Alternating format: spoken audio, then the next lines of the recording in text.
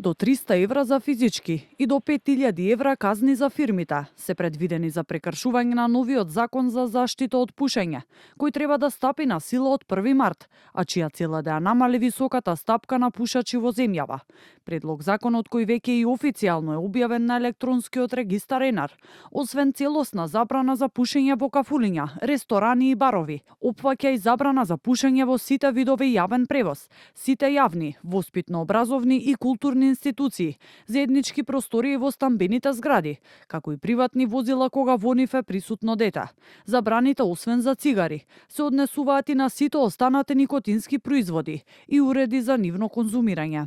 Пушењето е дозволено на отворени балкони и тераси на катовите на објектите, исклучиво надвор од деловен објект и во отворени диско клубови и слично, доколку просторот е отворен најмалку од 3 страни на кои нема никакви прегради. Позначајна новина е и забраната за увоз и продажба на тутунски и никотински производи, кои содржат вкусови и ароми, видно изложување на цигари и уреди во маркетите, но и прикажување и промовирање на ваквите производи преку ТВ, социјални мрежи и јавни настани. Ова беа дели од предлозите на аналитика Think Tank, од каде директно учествуваа на јавните расправи за законот во собранието. Според Тамара Мијовиќ од организацијата, следен чекор треба да биде зголемување на цените на никотинските производи.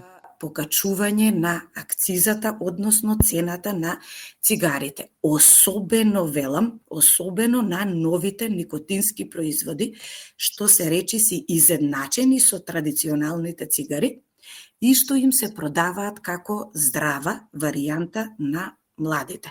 Со само, да речеме, 10% покачување на цената на цигарите, до 40% ќе се намали употребата на цигари кај младите и воедно ќе имаме и фискален ефект, значи дополнителни приходи, ајде еве и така да го гледаме, нели во буџетот на државата, кои што понатаму може да се искористат за решавање на здравствените проблеми кои што директно ни се јавуваат како последици од пушење. Според Светската здравствена организација, над 45% од возрастните во земјава пушат, а повеќе од 40% од младите до 18 години користат никотински производи.